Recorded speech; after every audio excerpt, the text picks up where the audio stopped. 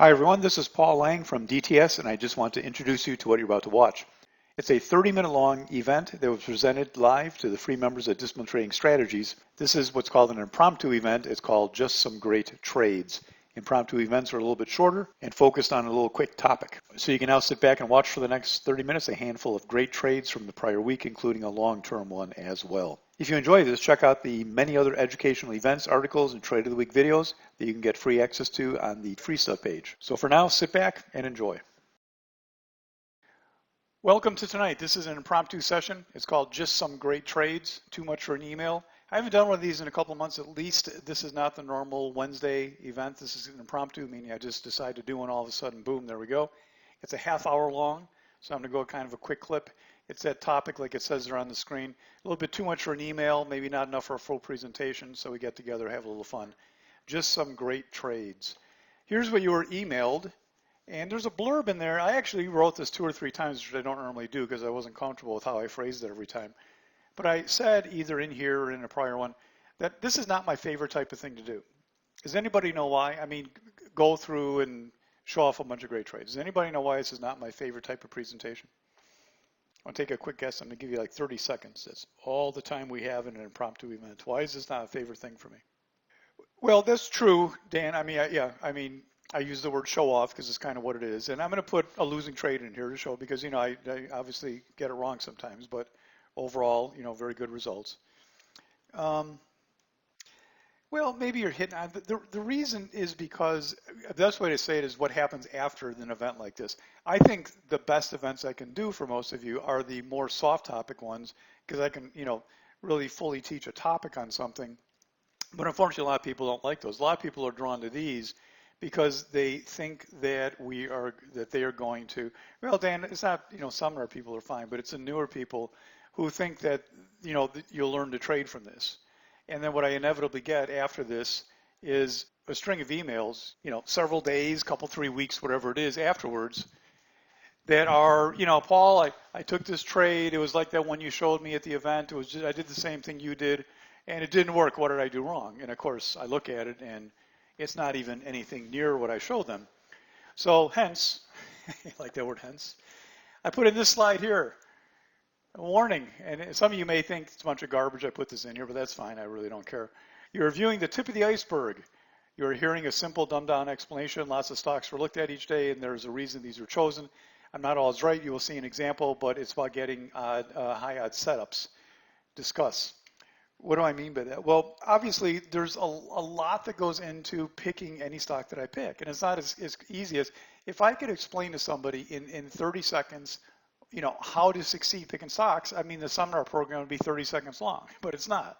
It's 3 full days. It's home study, and it's extra days and extra coaching and everything else. So that's what you have to do to get odds in your favor. And if you don't have high odds setups on top of everything else, what makes it very difficult, and this is where you get into this tricky area, it's very difficult to manage anything if you don't really understand the trade you took. Unless you have high confidence in what you took, you have good expectations of where you think it's going, you know where you should start managing. If you're just kind of clueless, even if you get the right trade, you may end up not getting any real profit from it. Does that make sense, everybody? So if it does, I think I have 5 trades here I'm going to run through. And I tried to do this, I did a little bit different formatting on the charts to try to make this as clear and concise as possible. So I took 5 trades and then I added a trade today that was a losing trade. I still consider it a great trade. Today's presentation is some great trades. They don't have to be winners. I put a great trade, it was a loser. And I put a long-term one in here as well. So it goes back 5 days. So this is Tuesday of last week. This is AUR, it's called Aurora. I never knew the name of this company until I had to do this presentation. I had no clue what it was. And this was picked as a day trade. Of course, these are day trades all here right now. And this first slide, you're going to need some arrows. These arrows are pointing to what I would call key things. The reason the stock was selected to be on the screen the next day for a day trade. So these are not entries. These are the key things that I'm looking at. And this had to do with the gap this day on the day chart. And this is not the day I traded it. This is what I call a gap carry. It gapped a prior day, very powerful pattern. It's a little tainted in here because the gap down was kind of bearish, but then we gap back up into here. And then what happens, and that's why it sat here for a couple days. So it gapped up on this day over here. I'm on the right. You can see my arrow, I think. and then consolidated through here. This is the day of the trade. I'm showing you the day of the trade here. So what happened was we ended up on this day on the 19th, the day of the trade. I like that support area from the prior day. We came down into that at the open. We fell a little bit below that, and I'll show you the entry in a minute. What I did for each one of these is just give some quick highlights. The 60-minute chart is the time frame of reference for me on this trade. This is where the strategy, the setup lies. This is where I say, hey, I see the pattern here. I see what I want to do. The daily chart supports this trade because there's a bullish cap from a couple days before that this happened. It reversed the time as well, and it's what I consider to be a mostly unique trade, meaning that I water down the need to time it with the market or to be following a market bias. And more of my trades lately have been that way because more and more stocks are kind of not following what we consider to be the market, the QQQ or the SPY. All right, so there's the setup. I want to get this off the low as close as I can. There's several places that I have in some free events and some in a seminar program where it says, if you really feel confident about a trade, it allows for a great entry. So I want to get this entry as close as I can right to that open. Because why? Because I don't think it's going lower. So zip down to a 5-minute chart. Here's that 60-minute low. Everybody follow what we're doing here? Daily chart, that day, that's the day of the trade. They're all the day of the trade, the last section. 60-minute chart, we open right there. Go to the 5-minute chart. Boom, there's the 5-minute chart. The trade is down here, 938. So this is a 5-minute chart. So in that second bar, that arrow is just pointing to the general area down here. Second bar in here, I got in. Entry 609, stop at 595. I took a target one there. I gave that a boom because that was a really quick 1.5 R target. Here's the first line. It's split in half because that's target one. Actually, not half. I took a third there. I wish I took 2/3 there. And then the rest was held to the end of the day. So profit. It only made 1 R, but this is not about the highest profit trades. That's not what makes them great. To me, makes them great is to look at a chart and say, hey, boom, I know that's it. I know that's the entry. I have confidence it's going higher, lower, whatever you're doing. I left this other one here and crossed out to show you this wasn't even the best trade of that day. The other one made more money, but it wasn't what I would call a chart that I just loved. It was just happened to get it. It was a very quick trade. It lasted 10 minutes, which is not what I normally do. Notice the back half of this lasted to the end of the day. So there's AUR trade number 1. It's 510. If you have a question, just toss it out there because that's all I'm doing here today. Just some great trades. Next one is Wendy's. Just loved Wendy's. I don't trade Wendy's often. It just doesn't show up that often for us. But once again, is on my hourly chart list, I believe. I think that's where I got it from. And just happened to see this daily chart here. Now, the daily chart, remember, this is not a swing trade, so the daily chart does not have to be strategically precise or perfect. It just has to say, hey, I support a day trade. So the daily chart was fine. Again, the hourly chart was a time frame of reference. So what it was this really high volume bottoming tails here and here, which made that nice support area from the prior 2 days. And so I came here on this day knowing that any attempt to get down there is probably going to get bought. So once again, there's where I want to get in. We opened and went red at the opening bar. That first on the dotted line is the opening bar. 60-minute chart, again, the time frame reference. Daily chart really supports this one in a big way. It does like a big thumbs up because of the support area through here.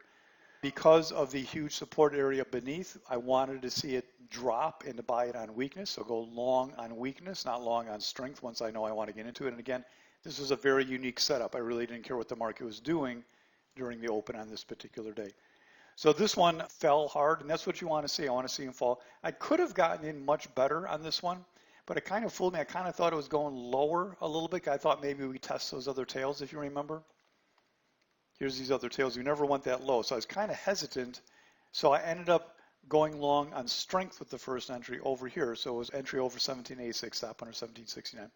And then I took a second trade. Now this is not a 2-part trade. This is a full trade on top. And then I doubled down with the second trade, but only a half risk on the second trade. And the second trade came, whoops, there's the first entry right there. There's your little arrow. Here's the second entry right there on that drop. And the entry there was 1777 by 1759. So I actually got in more shares at a lower price. Averaged it down, if you will, in a good way, not in a bad way. It all became one trade for them, and I actually just let the whole thing go. So this becomes one trade now. The stop came up at some point, so the whole trade had less than 1 hour risk, and I just let it go to the end of the day. Good choice on that one. Why end of the day? Well, the daily chart was involved, and the daily chart was going to pop one of these days, and it just had a really nice chart pattern. I know along the way here I raised some stops a couple times, but they never hit and got it all the way to the end of the day, 1807, just minutes before close, came back and took it out. So that almost made like double the day's goal. It's almost a 2-hour trade on Wendy's, and that was the day afterwards. That is on the 21st. Number 3, good old Peloton. So Peloton, so this was Thursday of last week. And what happened was, look at the daily chart here, and you can see that on this day we gapped up to new highs, so I went long. Everybody agree with that strategy? Gapping to a new daily high so you go long? Good plan? I don't want to dominate all the talking here, so I'll give you a second. We gapped to new highs, new highs. What's wrong with that? So I went long, and oh no, wait a minute. I didn't go long. I forgot. I went short. Yeah, and the reason is because of this, because you're 4 or 5 days up. Yeah, it's not the perfect thing, and this is a tricky one. Everybody kind of has a sense of an exhaustion gap or a novice gap. But what's tricky is that when you go to a new high, a lot of people get fooled and just kind of say, oh, all new highs get bought. Well, when you look at this hourly chart, there's the daily, there's the hourly. When you look at this hourly chart, where was profit ever taken on this? And the answer is nowhere. So what happens when you go to that new high, in this case, is you're going to likely see more people taking profits and getting into it. This is exactly what happened. So I got in with a good entry right off the top. So they were going to short this topping tail up here. And this, again, is the 60-minute chart time frame. I call it a 60-minute chart because it was really a little mini climactic thing with an exhaustion gap, if you want to call it that. Daily supports the trade in this case. It happened at reversal time. Also very unique. I really could care less what the market's doing during this type of a setup. So a 5-minute chart came in here and shorted 964 by 996. Stock goes up, doesn't get much over 980. So then I went and took a second trade, kind of double down, if you will, on weakness. But at the time I did that, I brought the stop down to the high of the day, which was 976, I think, at that time. So entry 1, 964 by 996. A second trade at half risk. I thought I did at a full risk. I didn't. I have it mixed up with something else in my head. So a second trade at half risk. And from there, just talk about lucky. I actually called 921 for the target after, shortly after I got in the first trade and brought the stop down way up here. It hit 921. Now that's just a fluke. There's no skill to that. That's just dumb luck. It actually hit 9. Now I was sitting there, so we were also trailing it. So I had a trail on top of it and 921 on the bottom. It hit 921. Boom, done. And then hoping to go more, but I took the rest out at 942. I took the rest out somewhere over here, wherever it was on a trail. Now, a point I want to make about this is that this, I talk about the 3 legs of the stool, great, superior technical understanding, psychology and experience, and then that middle one, math and probabilities. A lot of math comes into this for me in a sense, because I had a 1.5 times position, and had this stock kind of capitulated out, like look over here on the hourly chart in the background here, this easily could have dropped down to 9 or something, and that would have been like, approaching a whole week's profits. So I had at one point, I think a total of a half risk on the table and potentially a whole week's profits. Now, this did not do well. This it's a great entry, which makes it work, but this didn't even fill the gap. That was my target 1, and I was hoping target 2 would be the home run. So I have this saying I use a lot, that the entry is everything. Here's the reason why.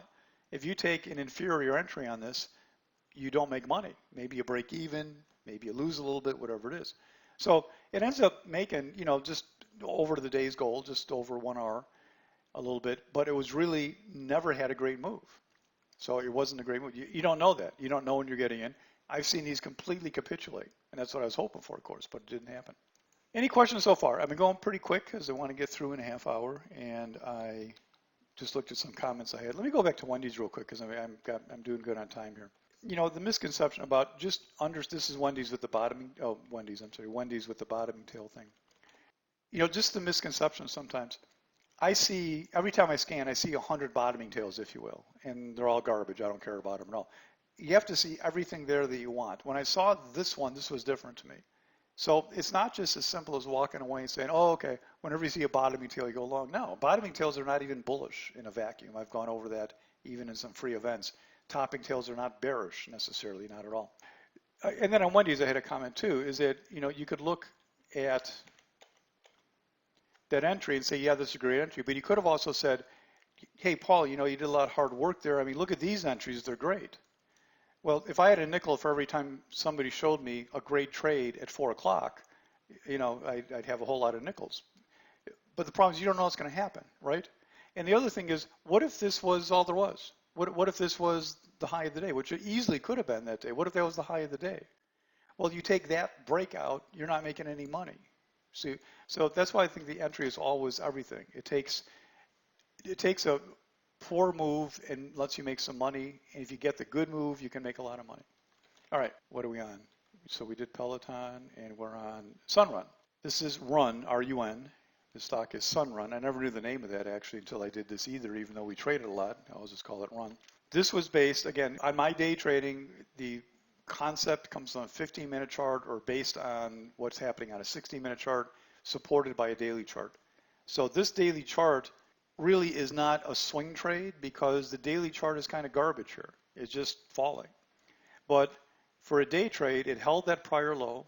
And then if you look over here on the hourly chart, you'll see what happened here. Once again, we have that big kind of spiking low and then we retested here. So that kind of told me that that low that was in, and we're looking at the trade over here, of course, on the last day. But that's just simply meaning to me the bottom was in, we bounce, we hold, go to an hourly uptrend, and notice through here we're now in an hourly uptrend, and then we have this little consolidation. Perfect. So daily chart time frame reference, daily 60-minute chart time frame reference, daily chart supports 100%. Reversal time it happened at unique and relative strength. If I remember, I didn't look it up, but this had relative strength this day compared to the market. So we actually gapped up. And you can see here we gapped up to here, and we're going to fall into there. And that's going to be my entry. And this is just a awfully nice looking 5-minute chart. It just happened to set up this way. So at 10:15, long over 1081, through the stop down to 10:59. Actually went fairly tight. And now this one here, I just simply took the high because this is what I call the free money. In 10 minutes, it ran to the prior high. I took it with the intent to maybe get back in again. What I did was I went into a different stock. Notice this had triple the gain that day. It had 3 times the gain. And some people held it in the room. I'm not sure who, but somebody was bragging about it. Or maybe I think it was Pierce. So great trade. I took the free money and ran. I didn't save any like I normally do. So great trade. I got out early and it wasn't at fault. I wasn't mad about it because I wanted to get out and see what's going to happen. And then I went and do a different trade. So Run, all those good things. Do I have any comments on Run? Oh, Art, yeah, well, I agreed with you for the quick. I don't think you even thought that was going to be it for the day necessarily, but I call that the free money. I mean, you make your day's goal in 8 minutes and you're at a resistance area, stand aside and see what happens. It was kind of a tough reentry. But anyways, what happened was that was 10:15. It was over pretty quick. Then right after that is the next trade that I have here, and that was DOL, D-O-L, right? Is that the symbol? D-L-O, D-L-O. See, I don't know these things at all. D-Local, I had no idea what this thing was. So I switched over to this one. So this again was on my list. This is on because this daily chart, I don't like the hard gap fill like that, but then when you come back and hold like this sideways, you can see that on the hourly chart, this consolidation here is this little 3-day consolidation. And then we gapped up a little bit this day. So I really like this one. Now this one was not taken on that first pullback. This actually I wasn't looking at it open. But after we came down and kind of tested that little support area, then daily chart, we gapped above the other topping tails. Hourly chart, right in there is where I want to get in. I ended up getting in instead of not on the bottom on this one, but rather you'll see that's the same as the others.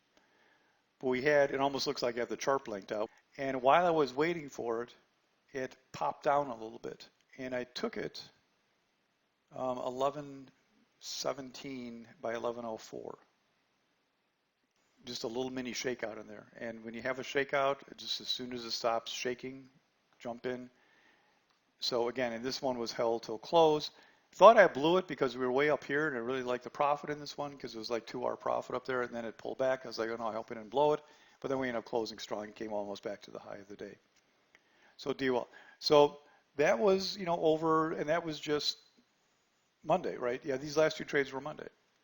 So these are just very recent. I had a couple from last week, two yesterday. And then I was done, and then I went out of my way to add a trade from today, which was a losing trade, all right? By the way, I mean, this last week I was over goal. I'm not showing you, just hand-picking some trades in a bad week. It was over goal last week, just picking out, and they weren't even the best trades necessarily. I showed you a couple that were better in terms of profit. These are just kind of my favorite strategic things where I'm like, wow, look at that setup, can't wait for the morning. Or once we're trading, it's like, wow, look at that setup, can't wait to get in. So here is today. Here's a loser that I had, and actually was a 1.2R loser, like a little more than a full loss on this because I went aggressive on it. But I thought it was a great trade nonetheless. This is Peloton again, coming back to do Peloton. This is the trade from last week, except I tried it again today. And what happened was the same thing, that I shorted too soon. So that was problem number one. As you can see, I shorted the top of what you can't really see it. If I go back to the hourly chart. Oh, I didn't put it in here. Yeah. So this is the top of the 5-minute consolidation of the prior day, and I kind of shorted it as a topping tail form, gave it a lot of room. Wrong entry. So I was still beneath my stop. I was fine. And when it came up to here, then I took a second trade, kind of doubled down on it and put my stop way up high somewhere. It fell. I got my stop down. I was green down here. I was up money, and I was hoping to get it lower, and I let it play out, and then this pop took me out. Now, why do I love this trade? Well, once again, where's the numbers? Are they here? There you go. So there's the 5-minute chart again. There's the numbers. Once again, I had a full double position in this. Now, the second one had a little bit of a wide stop, so it's not hugely loaded, but I had a full double position. And this to the low of the day, I think was like a 2 days goal, and it easily could have gone way below today's low. It could have, you don't know. So why do I like this so much? Well, you could say you don't like it because it stopped, fine, but you're never going to be sure what stops or doesn't. You just play odds, and some are always going to stop. And kind of at the walkaway time, I had a double position. The stop was down pretty much to one risk unit, and I was up in the money. So I'm thinking, hey, this is great. And if it actually had a little bit of a puke out like they do sometimes, we're talking a 4 or 5 day profit just in one walk away one morning. And that's what I want to be. It's kind of like, if you would, almost the incremental reward to risk. If you can get yourself set up that you just have a little bit more than 1 hour risk, but now you're looking at, an extra position and possible huge profit, that's where you want to be. So it came back, and actually, had I not messed with either stop, I would have still been in this, and it would have closed slightly green, I think.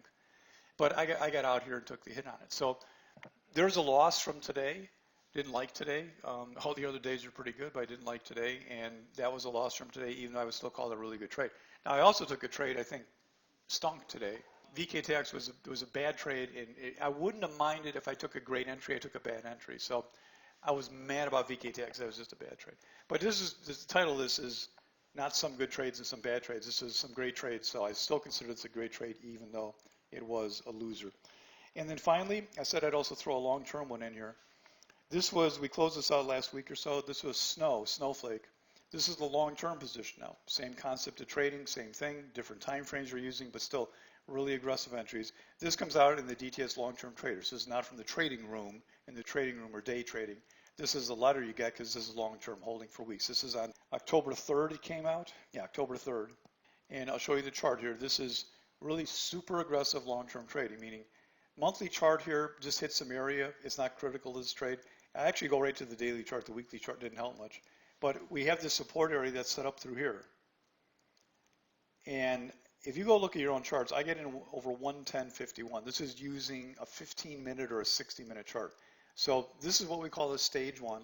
The only way to trade this is off the bottom. So I got in right off the bottom. Now what that does for you is a couple of things. It actually allows you, I had like a 2 or 3 hour profit to the top of the base. So I took that as target 1 to kind of get safe because you don't know if you're going to stay going sideways a little bit or test the low. That made sense. I kind of got botched here because we rallied so much I took a target 2. And I took that fairly quickly because it was a 6-hour move. I really should have only had one target out the door here. I should have only had one target out the door. So there's a little mistake in there. And then it kept going. And then the goal of having a lot of these is to hold into earnings safely. So we had a lot of profit under the belt. It was very profitable here at 132. It was up like 10 hours or something, back third, and then we got the gap up, and I actually held it through day one, which was really amazing, and then day two trailed it out right there. So the number two was actually a 22-hour trade for that third. The whole trade turned out to be about 10 hours. And it's not the best trade I've had long term. There's a couple that are better than this one, but this is just the recent one that just closed out just 3 days ago. So there is a long-term position. And here comes the plug, if you like stuff like that, the DTS long-term trader is something you could look at if you want to over the weekend, over the long holiday weekend, take a look at signing up for that if you want to. That's where those trades come from. There's a fun little quick sheet on the DTS long-term trader. You can click for more information about it if you want to. Are there any questions about any of these today? While I'm waiting for questions here, let me just run through a couple of closing slides. It is 32 minutes right here. This weekend, I know it's Happy Thanksgiving, so Happy Thanksgiving to everybody. I think most of you know the markets are closed on Thursday, and DTS will be closed Friday, so we're taking a 4-day weekend in the trading room and also in the letter and also even for the long-term trading.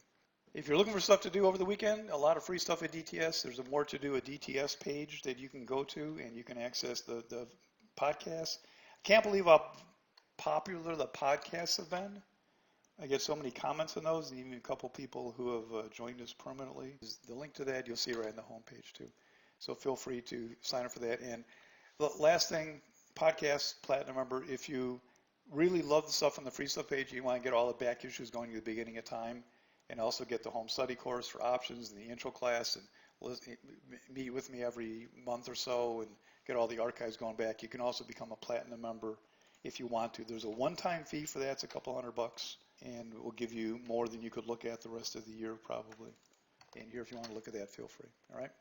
There's a couple of last-minute things for you. Happy Thanksgiving, everybody. So thank you. Thank you, everybody. Yeah, so that is, that's it.